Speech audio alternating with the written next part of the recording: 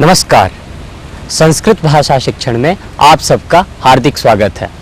पूर्व के कई पाठों में हमने कर्तरी, कर्मणि और भावे प्रयोग के बारे में पर्याप्त जानकारी प्राप्त की है। इस पाठ में क्तः प्रत्यय के बारे में और जानकारी प्राप्त करेंगे। नमो नमः। स्वागतम सर्वेभ्यः। पूर्वतनेषु पाठेषु वयं क्तप्रत्ययान्तानां विषये सम्यक् ज्ञानं प्राप्तवन्तः। कर्मणि भावे च क्तप्रत्ययस्य प्रयोगः भवति इति वयं सम्यक् ज्ञातवन्तः। यथा छात्रेण कार्यं कृतं। कृतम् इत्यत्र कर्मणि क्तप्रत्ययः। शिशुना शयितं। शयितम् इत्यत्र भावे क्तप्रत्ययः। एवञ्च कर्मणि भावे च क्तप्रत्ययः भवति इति वयं ज्ञातवन्तः। इदानीं स्मरणार्थं भवन्तः सर्वेपि एकम् एकं क्तप्रत्ययान्तं रूपं कर्मणि भावे वा वदन्तु। भवान् आरम्भं करोतु। गतं, पठितं, दृष्टं, हसितं, ज्ञातं, श्रुतं, चिन्तितं, उत्थितं, पतितं, धावितं, निद्रितं। क्तप्रत्ययान्तानि रूपाणि भवन्तः सर्वे सम्यगेव जानन्ति। पूर्वं यथा उक्तं कर्मणि भावे च तेषां रूपाणां प्रयोगः भवति इति निश्चितम्। इदानीं केषाञ्चित् मनसि प्रश्नः उत्पन्नः भवेत्। क्तप्रत्ययान्तस्य प्रयोगः कर्मणि भावे एव वा कर्तरि न भवति किम् इति प्रश्नः भवेत्। तदेव इदानीं विवृणोमि। किञ्चित् लिखित्वा एव प्रदर्शयामि।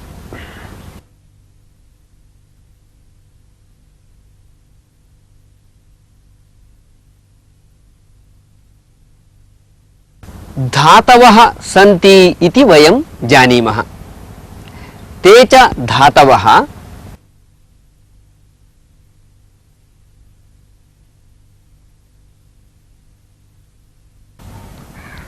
सकर्मकाः अकर्मकाः इति द्विधा। द्विकर्मकाः अपि यद्यपि सन्ति तथापि तेपि सकर्मकाः एव। एवं सकर्मकाः अकर्मकाः इति धातवः द्विधा सन्ति। तत्र आदौ अकर्मकधातून् स्वीकुर्मः। अकर्मकधातूनां भावे क्तप्रत्ययः भवति इति वयं जानीमः एव। अकर्मकधातूनां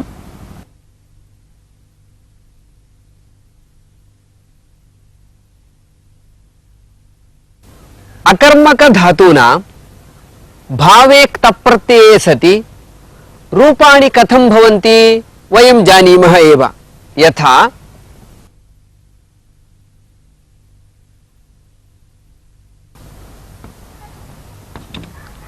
हसितं, रुदितं, शयितं, कंपितं, भूतं इत्यादीनि रूपाणि भवन्ति इति वयं जानीमः। स्मरणार्थं वदामि। वाक्ये कथं तस्य प्रयोगः क्रियते? शिशुना रुदितं, लतया कंपितं। तादृशानि वाक्यानि। द्वित्राणि वाक्यानि भवन्तः अपि वदन्तु। भवान् वदतु। सर्वे हसितं। सर्वैः हसितं। पुनः वदतु। सर्वैः हसितं। मया लज्जितं। त्वया शीघ्रम् उत्थितं। भवता कुत्र धावितं? समीचीनं। तर्हि भावे रूपाणि भवन्तः जानन्ति एव। कर्तरि अपि क्तप्रत्ययः भवति अकर्मक धातूनाम्। अत्र पश्यन्तु, अकर्मक धातूनां भावे क्तः प्रत्ययः यदा भवति रूपं कथं भवति इति ज्ञातवन्तः, वाक्यानि अपि भवन्तः उक्तवन्तः। अकर्मक धातूनां कर्तरि अपि क्तः प्रत्ययः भवति। अकर्मक धातूनां कर्तरि अपि क्तः प्रत्ययः भवति। तदा कथं रूपं भवति इत्युक्ते, कर्तुः यत् लिङ्गम् अस्ति तदेव क्तः प्रत्ययान्तस्यापि भवति। उदाहरणद्वारा स्पष्टीकरोमि।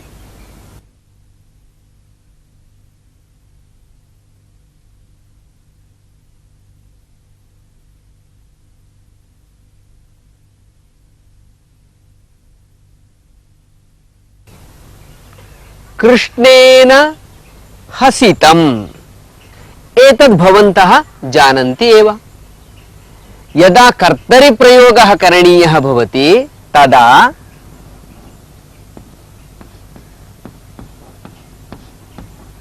कृष्णः हसितः, वाक्यं किं भवति?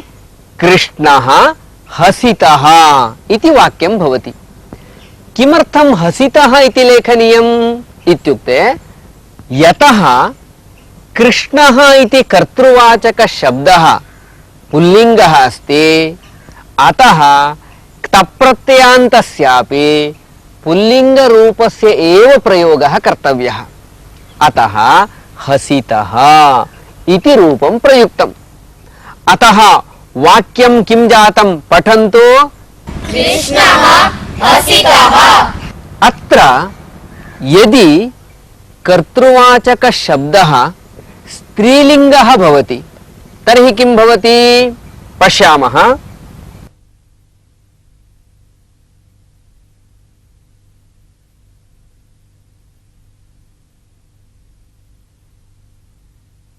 राधा हसिता इति रूपं भवति।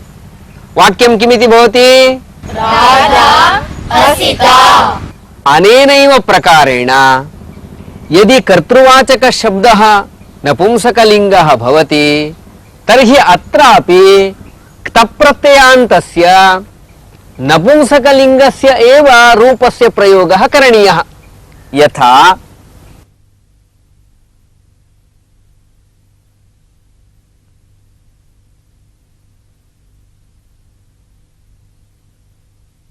मित्रं हसितम्। किं वाक्यं भवति? मित्रं हसितम्। इदानीम् एतद्विषये वयम् एकम् अभ्यासं कुर्मः। अहम् एकं भावे क्तप्रत्ययान्तं रूपम् अत्र लिखामि।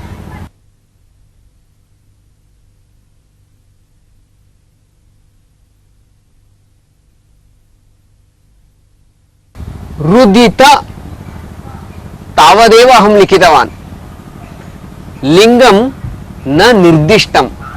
इदानीम् अहं भिन्नं भिन्नं कर्तृवाचक शब्दं वदामि, तदनुसारम् अत्र लिङ्गनिर्देशं कृत्वा भवद्भिः वाक्यं वक्तव्यम्। यथा शिशुः रुदितः, बाला रुदिता, एवं क्रमेण वक्तव्यं। वदन्ति वा? अस्तु वदामः। शिशुः शिशुः रुदितः। पुनः वदन्तु, शिशुः शिशुः रुदितः। बालिका बालिका रुदिता। महिला महिला रुदिता। अनुजः अनुजः रुदितः। मित्रं मित्रं रुदितम्। भावे क्तप्रत्ययान्तम् अन्यद् रूपं लिखामि।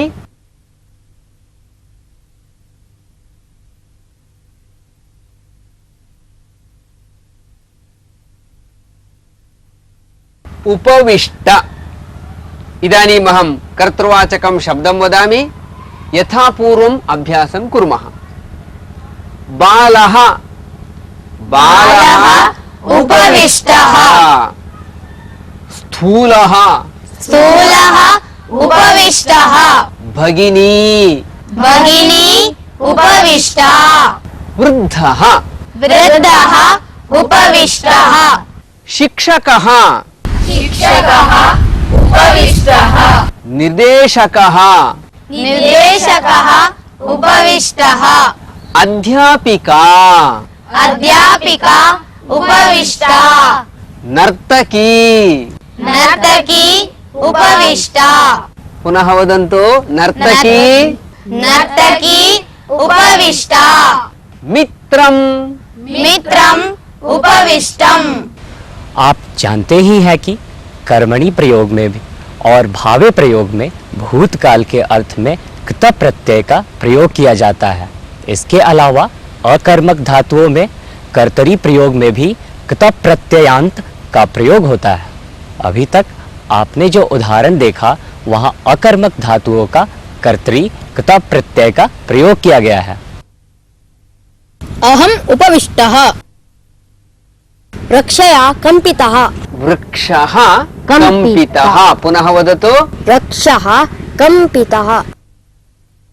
कुम्भकर्णः निद्रितः। फलं पतितम्। फलं पतितं। पुनः वदतु, फलं पतितम्। अधिकारी मिलितः। एषः न जागरितः। अहं हसिता। सः इतोपि न उत्थितः। सिंहः गर्जितः। सिंहः गर्जितः। वदतु, सिंहः गर्जितः। पुष्पं विकसितम्। अश्वः धावितः। अकर्मक धातुओं में कर्तरी कृत प्रत्यय लगाकर वाक्य में प्रयोग कैसे करेंगे, यह अभी तक आपने देखा। समीचीनं। तर्हि वयं सम्यगेव ज्ञातवन्तः यत् अकर्मकधातूनां भावे क्तप्रत्ययः भवति, कर्तरि अपि क्तप्रत्ययः भवति इति। तर्हि सकर्मकाणां का कथा इति प्रश्नः उत्पन्नः भवेत्। सकर्मकाणां व्यवस्था एवम् अस्ति, सकर्मकाणामपि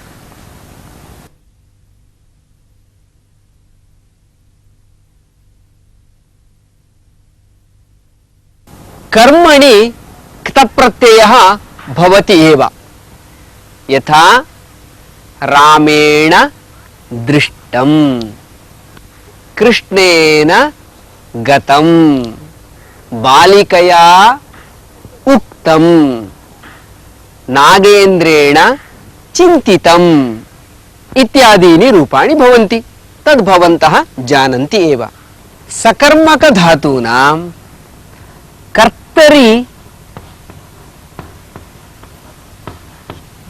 कर्तरि क्तप्रत्ययः भवति वा न भवति वा इति प्रश्नः कृतः चेत् सर्वेषां न भवति, केषाञ्चिदेव भवति। ते के इति चेत् केचन गत्यर्थकाः धातवः सन्ति। के सन्ति? गत्यर्थकाः सन्ति। गत्यर्थकाः सन्ति। तर्हि गत्यर्थकः धातुः नाम कः इति चेत् गतिः, गमनम् इति अर्थः यस्य धातोः अस्ति सः धातुः गत्यर्थकः। यथा गम् धातुः, तादृशाः केचन धातवः सन्ति। अहं कांश्चित् धातून् लिखामि। यथा गम् धातुः गत्यर्थकः, एवमेव चल धातुः गत्यर्थकः,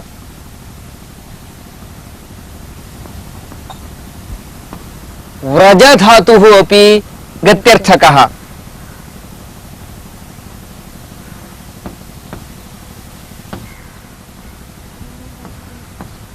एवमेव भ्रम या इत्यादयः धातवः गत्यर्थकाः। लटि किं रूपं भवति? गच्छति, चलति, व्रजति, भ्रमति, याति इत्येवं रूपाणि भवन्ति। एतेषां तन्नाम गत्यर्थकानां धातूनां कर्तरि अपि क्तप्रत्ययः भवति। तदा रूपं किं भवति? गम धातोः गतः इति रूपं। रामः गतः, सीता वाहनं गतम्, बहु समीचीनम्। एवमेव चलधातोः चलित इति रूपं भवति। इदानीं भवन्तः चिन्तयित्वा वदन्तु, बालकः चलितः, बालिका चलिता, वाहनं चलितम्, या धातोः रूपं भवति यात इति। वाक्यानि वदन्तु। रामकृष्णः यातः, वनिता याता, मित्रं यातम्। समीचीनं। तर्हि वयं सम्यक् ज्ञातवन्तः यत् गत्यर्थकाः धातवः ये सन्ति तेषां धातूनां कर्तरि अपि क्तप्रत्ययः भवति। अन्ये ये धातवः सन्ति, गत्यर्थकभिन्नाः धातवः ये सन्ति, तेषां तु कर्मणि क्तप्रत्ययः केवलं, न तु कर्तरि क्तप्रत्ययः। एवं विवेकः। सकर्मक धातुओं में जो गत्यर्थक धातु हैं, सिर्फ उनके कर्तरी प्रयोग में भी क्ता प्रत्यय होते हैं। अभी तक आपने जो उदाहरण देखा उनमें सभी धातु गत्यर्थक थे और इसलिए वहाँ कर्तर्थ में क्ता प्रत्यय का प्रयोग किया गया। वयम् इदानीम् एकं सुभाषितं शृणुमः।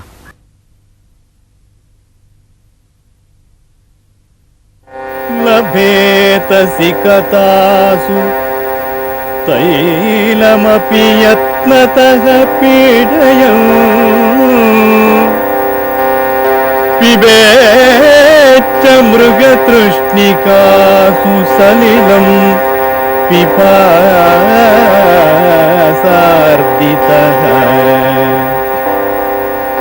कदाचिदपि पर्यटन् शशविषाणमासादयेत् कदाचिदपि पर्यटन् शशविषाणमासादयेत् न तु प्रतिनिविष्टमूर्खजनचित्तमाराधयेत् न तु प्रतिनिविष्टमूर्खजनचित्तमाराधयेत् लभेत सिकतासु तैलमपि यत्नतः पीडयन् पिबेच्च मृगतृष्णिकासु सलिलम् पिपासार्दितः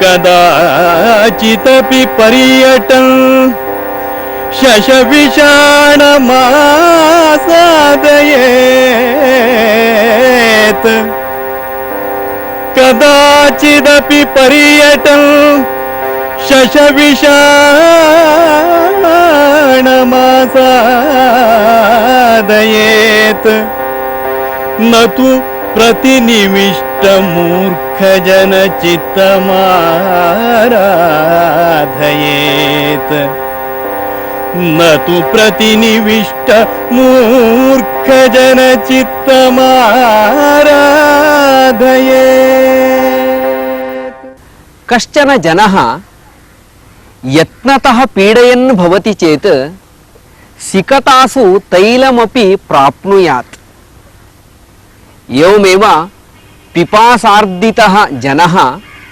मृगतृष्णिकायां जलमपि पिबेत्। पर्यटन् कश्चन जनः कदाचित् शशस्यापि विषाणौ पश्येत्, परन्तु मूर्खजनस्य चित्तम् आराधयितुं केनापि न शक्यम्।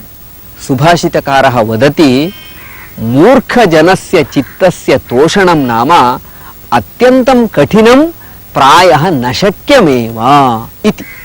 सुभाषित का अर्थ, प्रयत्न करने से हम रेत से भी तेल प्राप्त कर सकते हैं, मृग तृष्णा में भी जल प्राप्त कर सकते हैं एवं खरगोश का भी विषाण देख सकते हैं, लेकिन मूर्ख व्यक्ति के चित्त को संतुष्ट करना कदापि संभव नहीं है।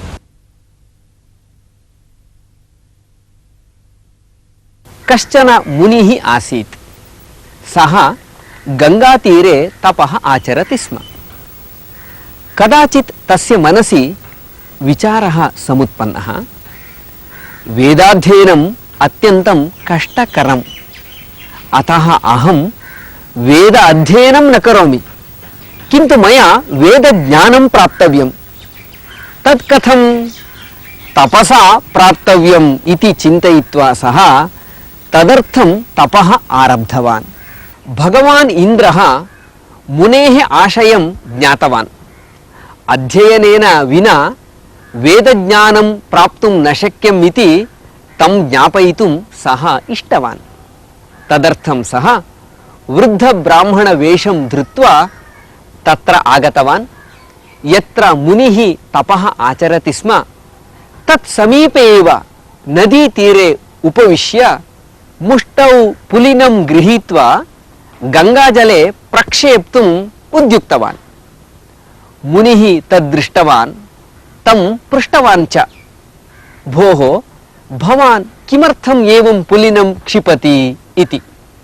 तदा वृद्धः तं मुनिम् उद्दिश्य एव प्रश्नं कृतवान्, भवान् किमर्थं तपः आचरति इति। मुनिः उक्तवान्, अध्ययनेन विना एव वेदज्ञानं प्राप्तव्यमिति मम इच्छा अस्ति, तदर्थं तपः आचरामि इति। तदा वृद्धः उक्तवान्, अहं गंगायां सेतुनिर्माणं कर्तुम् इच्छामि, तदर्थम् एवं पुलिनं प्रक्षिपामि इति। तस्य वचनं श्रुत्वा मुनिः हसन् उक्तवान्, भोः एवं पुलिनप्रक्षेपणेन गंगायां सेतुनिर्माणं सर्वथा न शक्यम् इति। तदा वृद्धः उक्तवान्, किमर्थं न शक्यम्? यदि अध्ययनेन विनापि वेदज्ञानं प्राप्तुं शक्यं, तर्हि किमर्थं गंगायाः मध्ये पुलिनप्रक्षेपणेन सेतुनिर्माणं न शक्यम् इति।